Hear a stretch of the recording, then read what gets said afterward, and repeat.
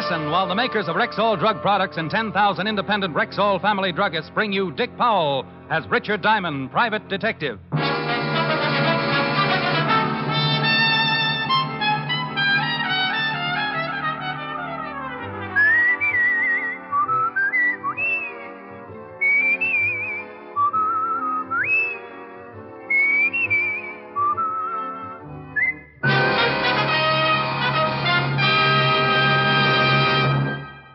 Good evening. This is Bill Forman speaking to you for the 10,000 independent druggists who have made the word Rexall part of their own store names.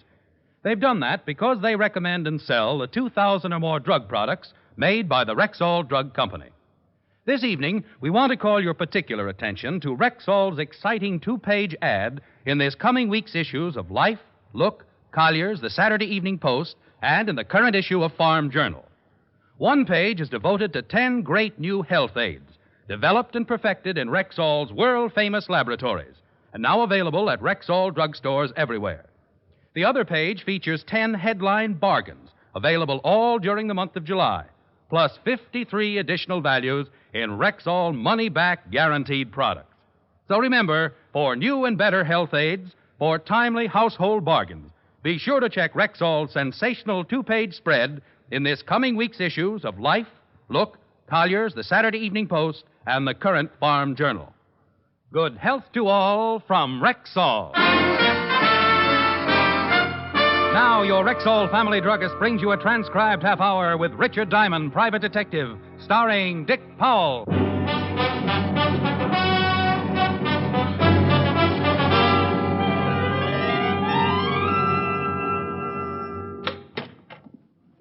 Mr. Diamond? That's right. Come in. My name is Hayden, Gustav Hayden. How do you do, Mr. Hayden? Won't you have a seat? Oh, yeah. Thank you. What can I do for you? I would like for you to protect me for the next 2 days. Protect you from what? Well, maybe I should start at the beginning. By trade, I am a gunmaker. Before I was fortunate to come to this country, I worked in German. Do you mind if I smoke? Go right ahead. He pulled out a very old hand-carved pipe and stuffed it into a worn leather pouch. He was a little man, a few inches over 5 feet. I guessed his age to be somewhere in the 60s. He talked of his home in Germany before Hitler had moved in with the stormtroopers. He told me about his wife and how she had died in a prison camp because she was anti-Nazi. They allowed me to work because I was making a very advanced rifle, and Adolf could use such a rifle. But when they took my wife, I destroyed my blueprints and was myself interned in another prison camp. They tried to beat my secret out of me. I lived, somehow. Then the war was over. Your pipe's gone out. Oh, so it is. I hope I'm not boring you, Mr. Diamond. Well, not at all, no. I have a sister, Anna. I sent her to America before the trouble came. She's a widow and has one son. Perhaps you have heard of her son, Mr. Diamond, William Ehrlich? No, I can't say that I have. Well, you will. He's a lawyer. Someday he will be a very big lawyer. You said you wanted me to protect you, Mr. Hayden. Yeah. My sister, with the help of William, arranged for me to come to the United States. I was quite ill when I arrived, and they sent me to their summer cabin in the Catskills.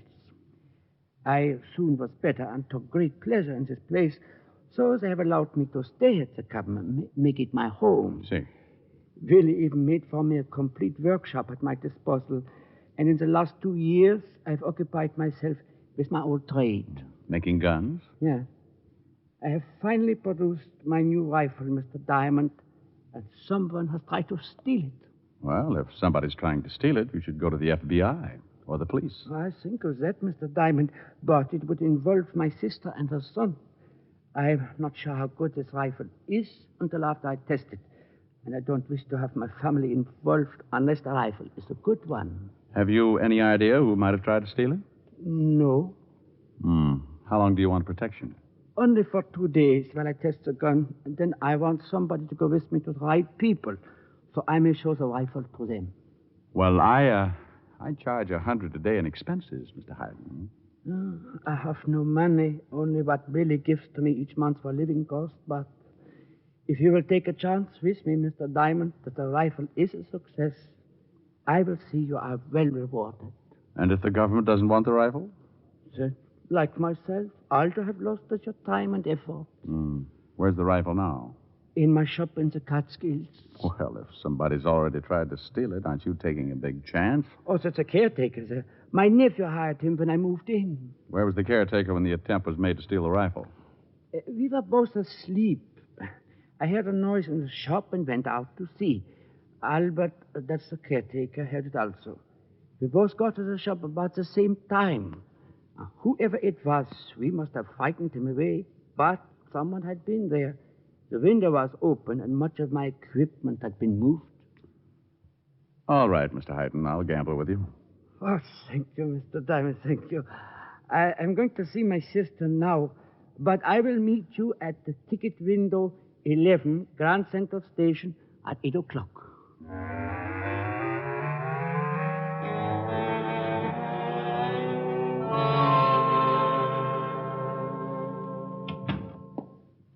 Well, look what just walked in. Hello, Sergeant Otis. You're looking exceptionally well this afternoon. Had a haircut, didn't you? Yeah, how's it look? Doesn't it confuse you, Barber, working on two heads at once? Oh. No. Hello, Walt. Well, good afternoon, Mr. Diamond. Why don't you do me a favor, Fatty? Rick, I've thought of everything. There's no way I can get rid of Otis and make it look like suicide. Then do me another favor. All right.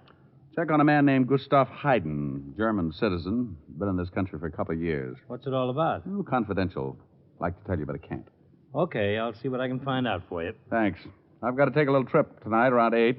I'll be at home if you come up with anything.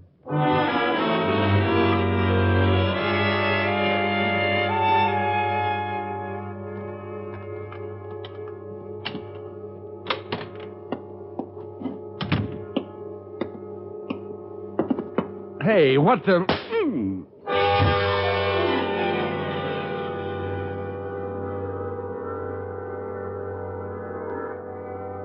That's Diamond, all right. Pick him up and drag him over to the bed.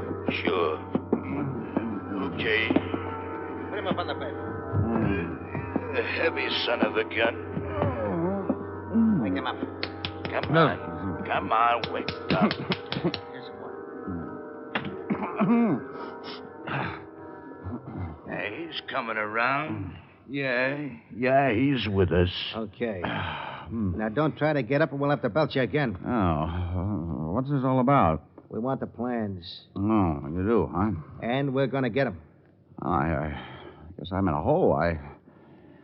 I don't give you the plans. You work me over. Believe me, I hate to mention it, but I haven't got them. Take off your coat, Max. Sure. Go over and turn on that radio. Right. Now, look, I told you Yeah, that... I know. You don't have the plans. I don't even know what you're talking about. And remember, friends, there's a federal excise tax to pay on all television. Get some music. So buy now and... Turn it up. Okay, come here. You want me to take over? Yeah. I'll keep the gun on him. No. Oh, why, you jerk. Lie down. Go on. Work on these ribs. Okay. Hey. You better tell us. Oh, you knuckleheads. I can't tell you if I don't know. Oh, he's sure stubborn. Hold it. Not a noise out of you, Diamond. Blue eyes, come on, open up. Who is it, Diamond? It's my brother-in-law. Come on, Diamond, get out of the sack. I got something for If you don't want him to get hurt, get rid of him. But he's got something for me. Well, get it and tell him to beat it. Go on over to the door, but don't let him in. I'll be right behind you. Okay. Well, it's about time. Say, what's with you? Look, I thought you... Walt, tell Marge and the kids I can't come over. I'm busy. What? Look... And about the fur coat, tell her I couldn't get it for under $4.18. Huh? $4.18, and I don't want to get stuck with it. Oh. Yeah, sure. I'll tell her. You said you had something for me? It'll keep. I'll give it to you when you got more time. Sorry, but you know how it is. Business. Sure. Tell Marge I'm sorry. I couldn't come over. I'll tell her. See you soon. Hey, Yeah. What kind of a coat you buy for $418? Beaver. A beaver? Well, I could have gotten it for you for half. forget it. Over on the bed, Diamond. Now, look, I swear I don't know about plans or anything else. We got a lot of time. Maybe after a little while you'll remember. Move. All right.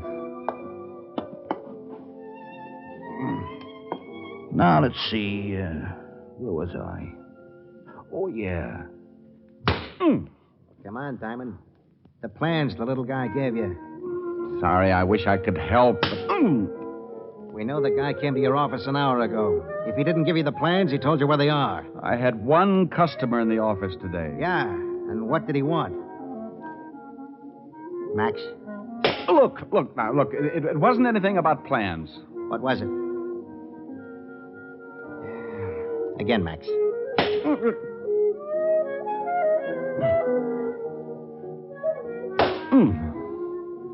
Max kept working, and I took it. For one reason, because I had to.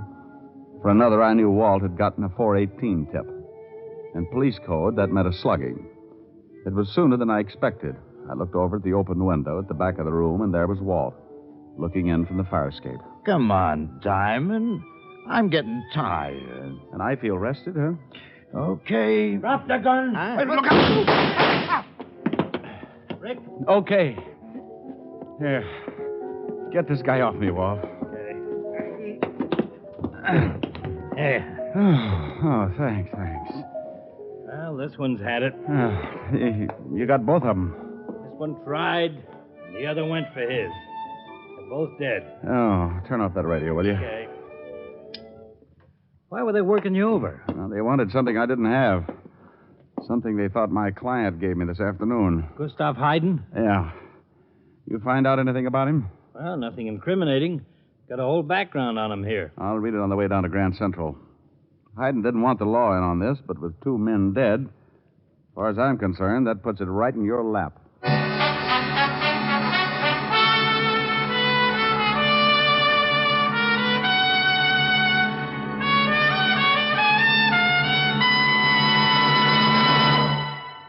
This coming week's issues of Life, Look, Collier's, the Saturday Evening Post, and the Current Farm Journal carry an important 2-page Rexall ad. One page features 10 great new health aids, developed and perfected in Rexall's world-famous laboratories, and now available at Rexall drugstores everywhere. The other page features 10 headline bargains good all during July. Here are just a couple of examples. Rexall 5X multivitamins, the tablets that are 5 times stronger than the established daily requirement of all vitamins with known minimums. Special introductory offer, 10-day trial size, a regular $1.79 value, free of extra cost, with the purchase of the regular bottle of 50. Stag Brushless Shave Cream, regular 50-cent jumbo tube, now only 25 cents, exactly half price. So remember, for new and finer health aids, for bigger and better bargains, be sure to check Rexall's sensational 2-page ad in this coming week's issues of Life, Look, Collier's, the Saturday Evening Post, and the Current Farm Journal. And now back to tonight's adventure with Richard Diamond, Private Detective, starring Dick Powell.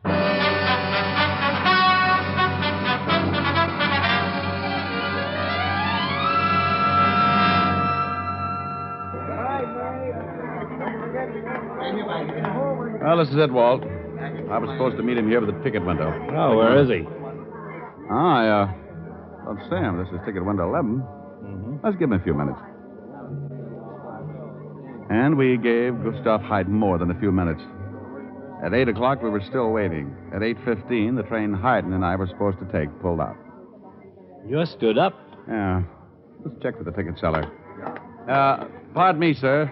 May I talk with you for a minute? Certainly. What can I do for you? Police business. Oh. Did you notice a little man standing near this window? About 5'3", big bunch of gray hair, old brown hat and suit, button shoes. Smoking a big pipe? That's it? Sure, couldn't help but notice him. Stood around for about 15 minutes. See him leave? Yeah, left with a man, big guy. You remember what the big guy looked like? I didn't pay much attention, just big. What do you think, Rick? I think we better look up Gustav Hayden's sister.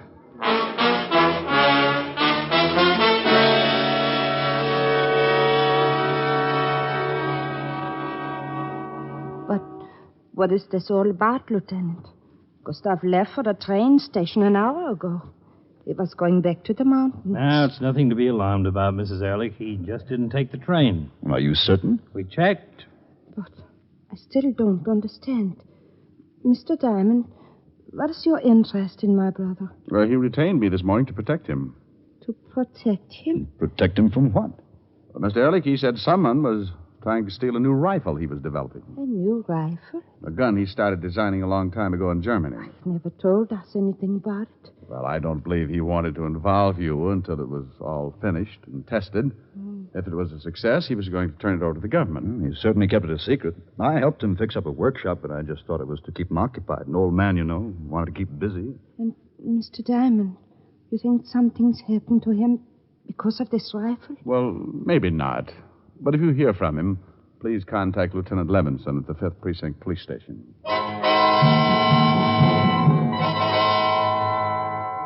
Anna Ehrlich gave us the location of the mountain cabin where Hayden was living, and we left. Walt went back to the station, put out a description on the missing gunsmith, and I caught the next train for the Catskills. It was morning when I climbed off the train and hired an old car to take me the 5 miles back into the woods. 20 minutes of bumpy road, and I arrived at the cabin to be met by the caretaker. Thanks, driver.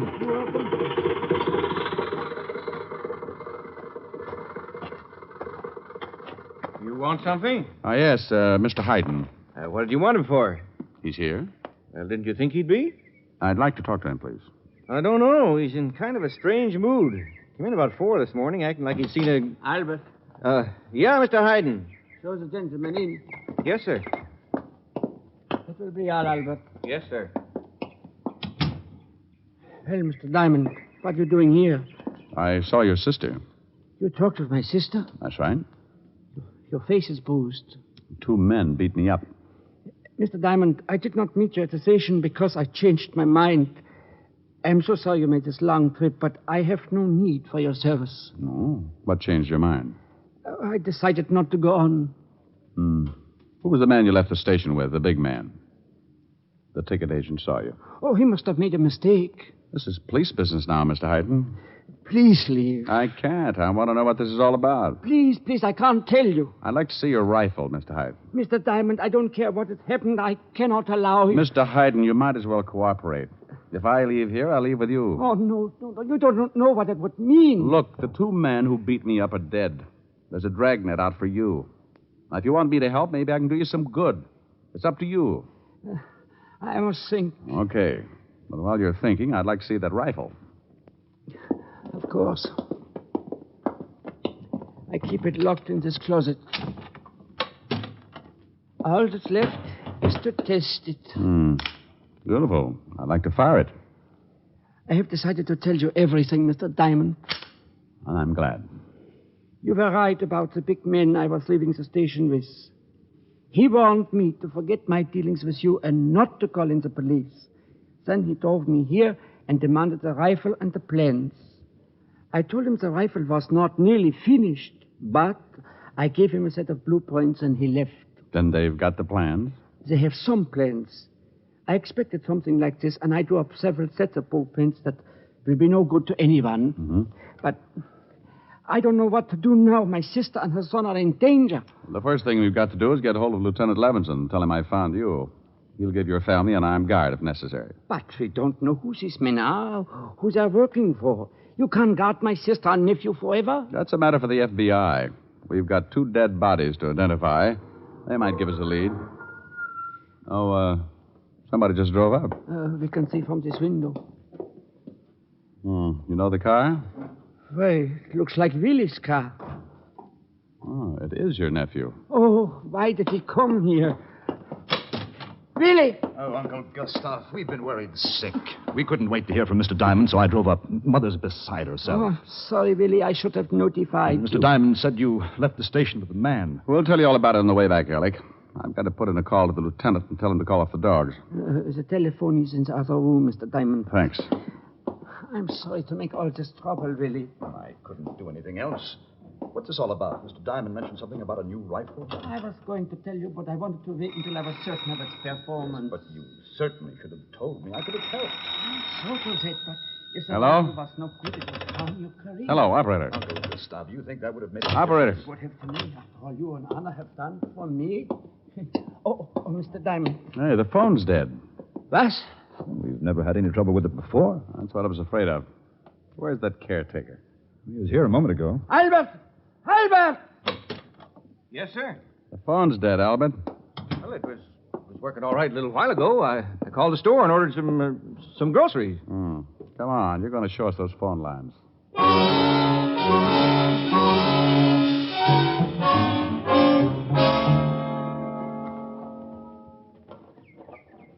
That's the phone line coming down from the trees. Over the house, right... Well, what do you know? Yeah, the line's been cut. What? That's right, Mr. Hayden. Mr. Diamond. Now, just take it easy.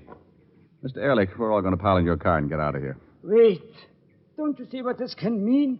My sister's alone back in New York.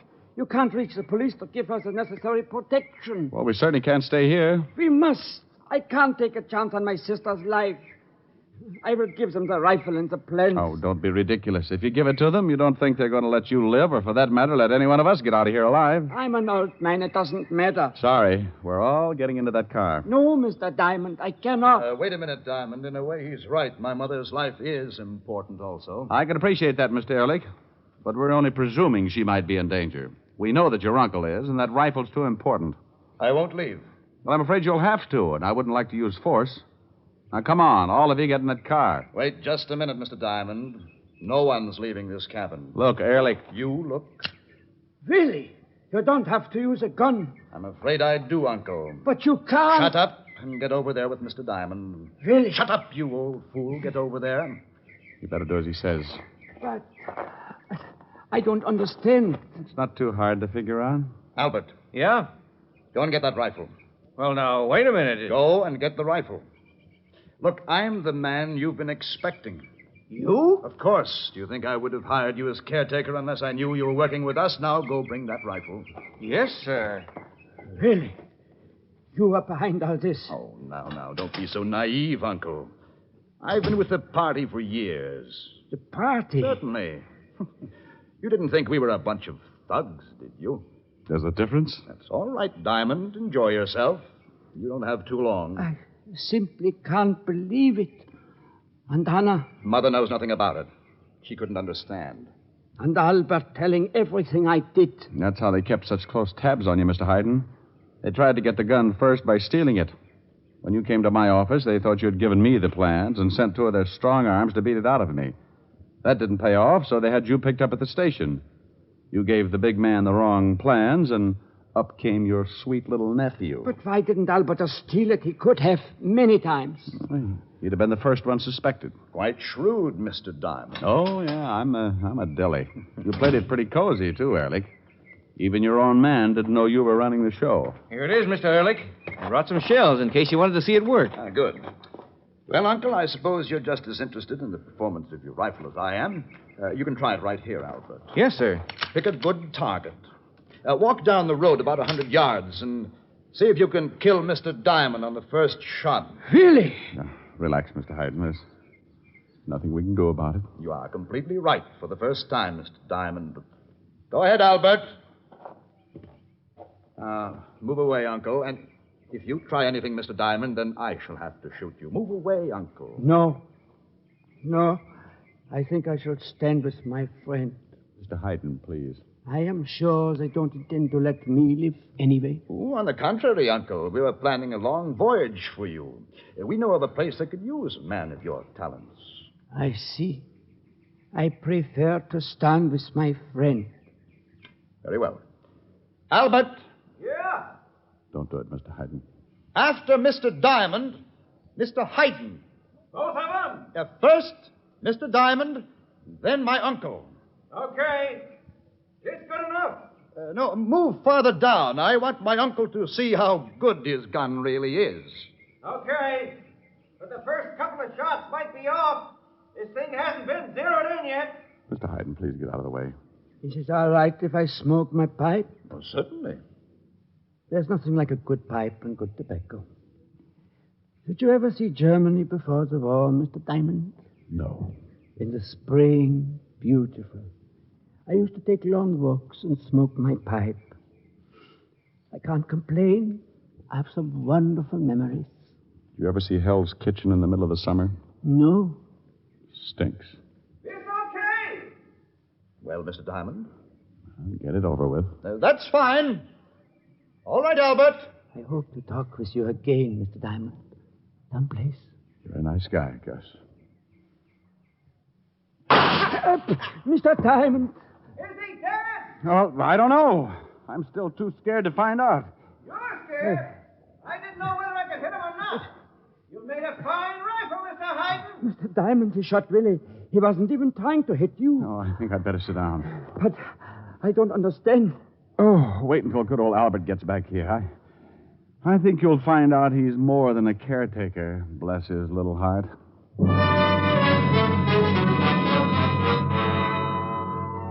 And good old Albert was a little more than a caretaker. His real name was Baxter, special agent for the FBI, working for the past 6 years as undercover man inside Ehrlich's organization. The last time I saw Gus, the government had accepted his rifle. He was smiling and smoking his old pipe. We talked for a long time, just like he had hoped we would.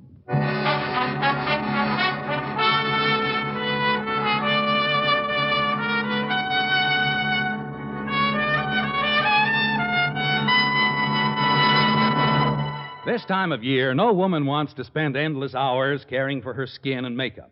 Since you want the finest beauty care in the least time and with no nonsense about it, why not try the new Delafield Cosmetics? Designed expressly for the busy modern woman, they give you the most for your cosmetic dollar and save time as well. There are no endless bottles and jars, no endless creams for different corners of your face and neck. Just one fine cream, the Delafield All-Purpose Deep Cream. A day cream, cleansing cream, night cream. All creams in one. There are vitamins, too, for true beauty from within, and other lovely makeup aids tailor-made for you. Look for the fine Delafield Cosmetics at Rexall drugstores everywhere. Good health to all from Rexall.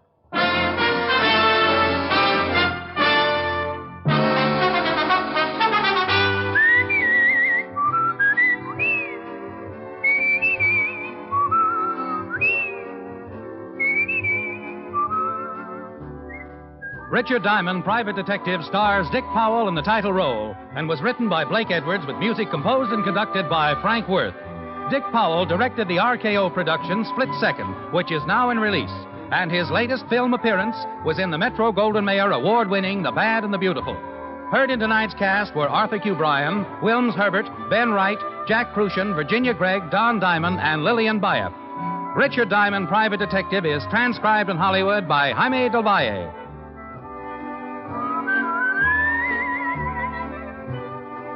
This is Bill Forman inviting you to be with us next Sunday at this time when Rexall Drug Products again bring you Dick Powell as Richard Diamond, Private Detective.